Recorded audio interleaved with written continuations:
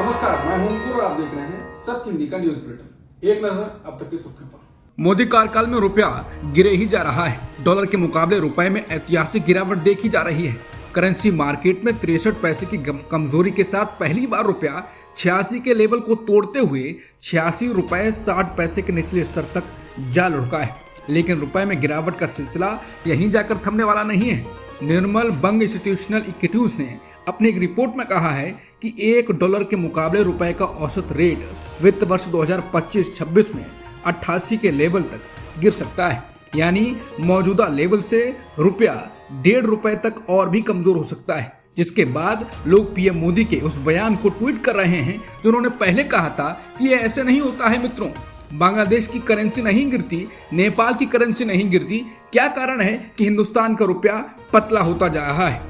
देश जवाब मांग रहा है। इसके साथ ही लोग आज के रुपए की हालत को ट्वीट कर रहे हैं। बता दें, देश की अर्थव्यवस्था की हालत बहुत खराब हो रही है। विदेशी मुद्रा भंडार लगातार कम होता जा रहा है। एफडीआई 12 साल के निचले स्तर पर पहुंच गई है और भारतीय कंपनियों का विदेशों में निवेश भी 12 साल के शिखर पर है। यानी दोनों तरफ से पैसे देश से बाहर ही जा रहे हैं। भारत में विदेशी निवेशक जो पैसे लगाए हुए थे वो तो पैसे लेकर भाग ही रहे हैं। भारतीय निवेशक भी अब भारत की तुलना में विदेशों में पैसे लगा रहे हैं। इसके अलावा वित्त वर्ष 2025 में भारत की जीडीपी वृद्धि दर 6.4% रहने का अनुमान है।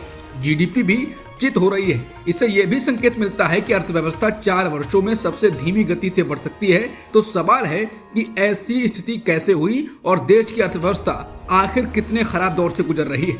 शेयर बाजार में विदेशी निवेश पिछले साल से 99% कम हो गया है। 2024 में एफपीआई यानी विदेशी पोर्टफोलियो निवेश के माध्यम से सिर्फ 1600 करोड़ रुपए आए।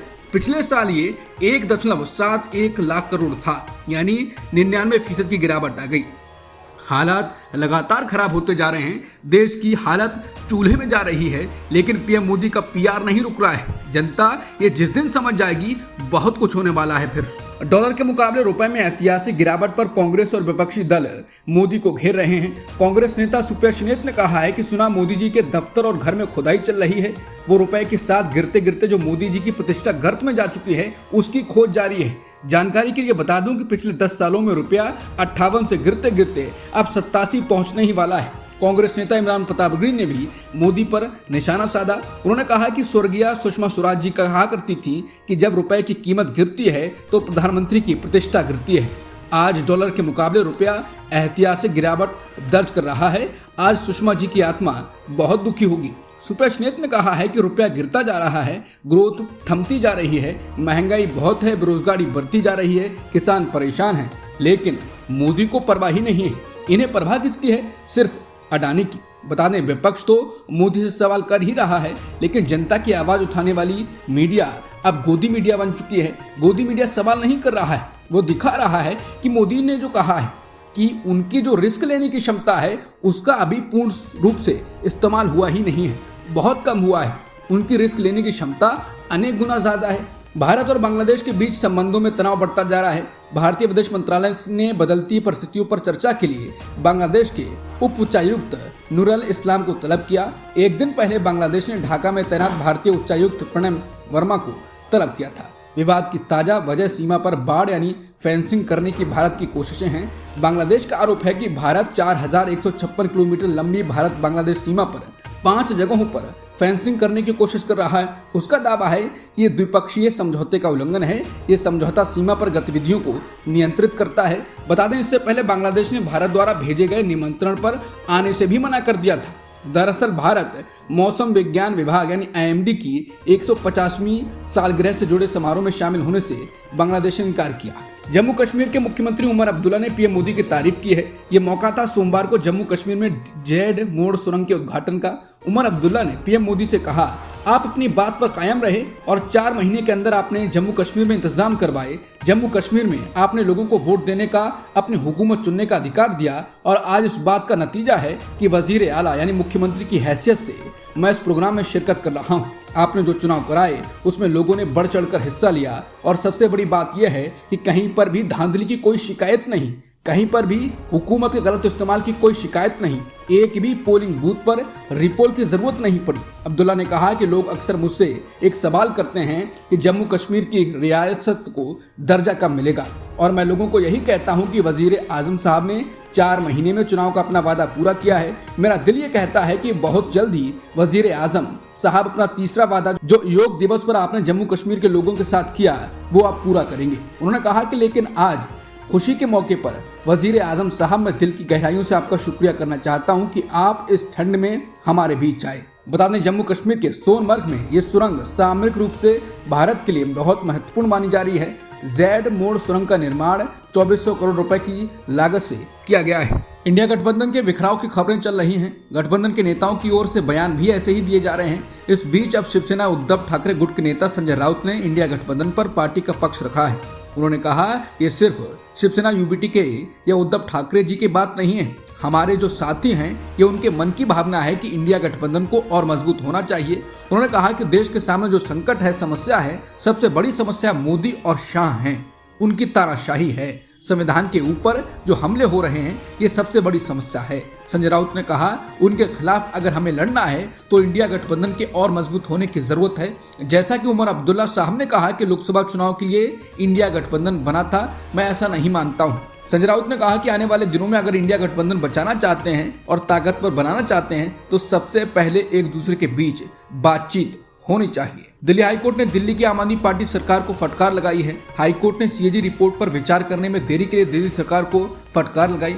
हाईकोर्ट ने कहा कि जिस तरह से आपने अपने कदम खींचे हैं उससे आपकी ईमानदारी पर संदेह पैदा होता है। दिल्ली हाईकोर्ट ने कहा कि आपको सीएजी रिपोर्ट को तुरंत स्पीकर को भेजना चाहिए था और सदन में चर्चा करनी चाहिए थी, लेकिन ऐसा नहीं हुआ। कोर्ट इस मामले को आज 2:30 बजे सुनेगा। वहीं दिल्ली विधानसभा सचिवालय की ओर से हाईकोर्ट को बताया गया कि फरवरी में विधानसभा का कार्यकाल समाप्त होने जा रहा है, इसके कारण रिपोर्ट को विधानसभा में पेश करने से उद्देश्य पूरा नहीं होगा। 7 भाजपा विधायकों ने सीएजी रिपोर्ट पेश करने के मुद्दे पर याचिका डाली थी।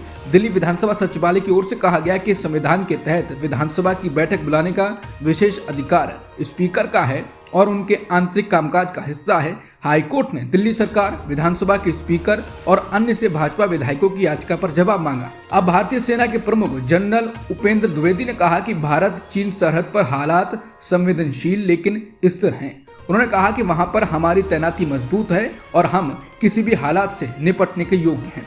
पाकिस्तान के बारे में जनरल द्विवेदी ने कहा कि नियंत्रण रेखा पर पाकिस्तान के साथ युद्ध विराम जारी है, लेकिन उधर से घुसपैठ जारी है। पाकिस्तान में आतंकवाद का बुनियादी ढांचा अब भी मौजूद है जो सीमा की इस ओर आतंकवाद का समर्थन करता है। उन्होंने कहा कि पिछले साल जम्मू कश्मीर में मारे गए आतंकवादियों में से 60% पाकिस्तान से थे।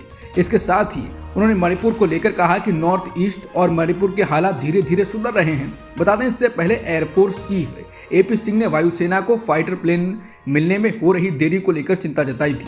वायुसेना प्रमुख ने साफ कहा था कि चीन 6ठी पीढ़ी के फाइटर प्लेन का ट्रायल कर रहा है और हम तेजस के वायुसेना में शामिल होने को लेकर इंतजार कर रहे हैं। प्रयागराज में आज से कुंभ मेले की शुरुआत हो चुकी है। कुंभ का समापन महाशिवरात्रि के दिन 26 फरवरी को होगा।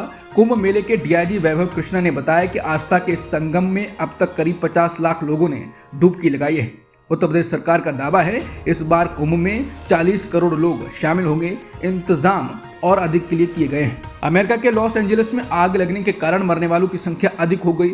अब मरने वालों की संख्या बढ़कर 24 हो गई है। कैलिफोर्निया के मौसम वैज्ञानिकों ने आगे भी तेज हवाओं को लेकर चेतावनी दी है। मौसम वैज्ञानिकों का मानना है कि इलाके में तेज हवाओं के कारण इस हफ्ते आग और भड़क सकती है। अमेरिकी राष्ट्रपति जो बाइडेन अपने कार्यकाल के अंत में गजा में चल रहे युद्ध को रोकने के प्रयास कर रहे हैं। अब उन्होंने इजराइल के प्रधानमंत्री बेंजामिन नेतन्याहू से बात की है। ये बातचीत ट्रंप के राष्ट्रपति बनने से पहले किसी समझौते तक पहुंचने के आखिरी प्रयासों का हिस्सा है। व्हाइट हाउस के मुताबिक फोन पर बातचीत के दौरान राष्ट्रपति बाइडेन ने हमास की ओर से बंधक बनाए गए लोगों की रिहाई और तत्काल युद्ध विराम पर जोर दिया। राष्ट्रपति बाइडेन ने गजा में मानवीय सहायता बढ़ाने की जरूरतों पर भी बात की। ये बातचीत नेतन्याहू के उस बयान के बाद हुई है जिसमें नेतन्याहू ने कहा था कि वो बातचीत के लिए एक वरिष्ठ प्रतिनिधिमंडल को कतर भेज रहे हैं। बता दें ट्रंप कह चुके हैं कि उनके राष्ट्रपति कार्यालय पहुंचने से पहले अगर बंधकों को रिहा नहीं किया गया तो तबाही मच जाएगी। नोबेल प्राइज विजेता मलाला यूसुफजई ने तालिबान को लेकर बयान दिया। उन्होंने कहा कि अफगानिस्तान में तालिबान महिलाओं को इंसानों की तरह नहीं देखता है। मुस्लिम नेताओं से मलाला ने कहा कि तालिबान की नीतियों में कुछ भी इस्लामिक नहीं है। तालिबान अपनी नीतियों के माध्यम से महिलाओं को पढ़ाई करने और काम करने से रोक रहा है। मुस्लिम नेताओं से अफगानिस्तान में महिलाओं के लिए तालिबान की ओर से बनाई जा रही नीतियों को चुनौती देने का आग्रह किया है। अब तक की सुर्खियों में इतना ही। बाकी खबरों के लिए बने रहिए सत्यहिंदी.com के साथ।